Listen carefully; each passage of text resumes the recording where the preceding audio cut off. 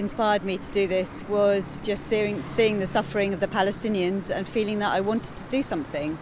Obviously writing to our governments and going to demonstrations in the UK is quite common, but I just felt it wasn't enough.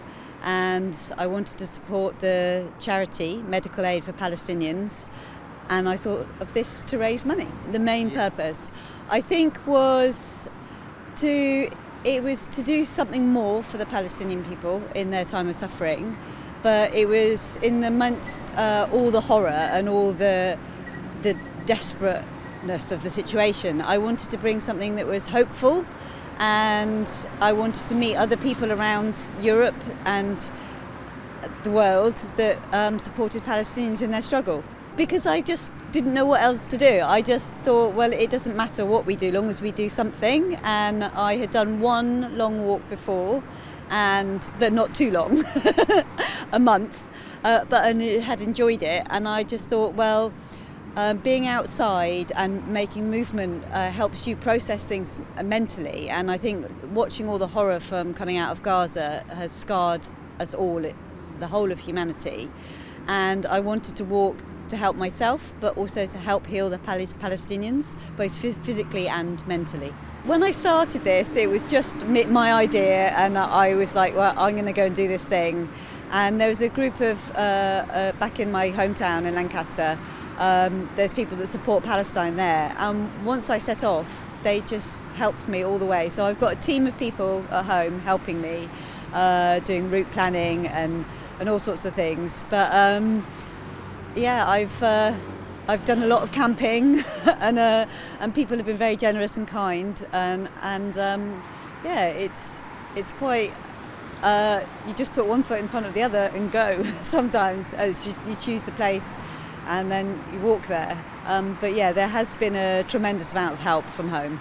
Collectively, if we all do something, we create a wave, and then there's more people, and we know that we're not alone as well, because people do feel very strongly about what's happening in Palestine, and sometimes they don't know what to do. And I think any action that we take builds builds community around the world to know that you're not alone in your feelings about the devastation in Palestine.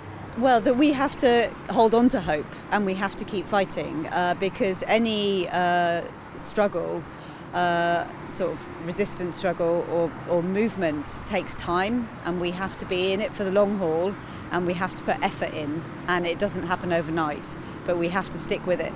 Well, I think that our humanity is tied to Palestine, and how we treat Palestine is how will affect the whole planet and the whole world, and how we cannot let a people be wiped out and have their home taken from them and stand by idly.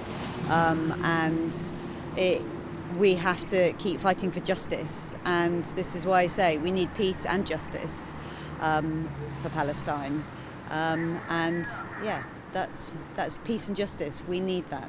Yeah, it's been very long, and there's been parts of it that have been physically very challenging, but I have felt great honour doing it. I have passed through 12 countries, and I have met all sorts of people. I have seen the most beautiful places. I have experienced great generosity all the way across my journey, where people giving me free food, free accommodation, helping me out, and yes, it's been physically challenging, but I think that I have personally gained so much from it, and I am really pleased that I'm nearly at my goal of £50,000 that I've raised for medical aid for Palestinians. So if anybody wants to donate, there'll be a link, and then I might be able to reach my goal for raising that money as well. I think it's going to be quite a transition, and I'm trying to prepare myself, because I've been doing this for 6 months, and I think going home is going to be a bit of a shock. But my plan is I would like to get the train home so I can see how many miles I've walked, and then I will meet my family in London.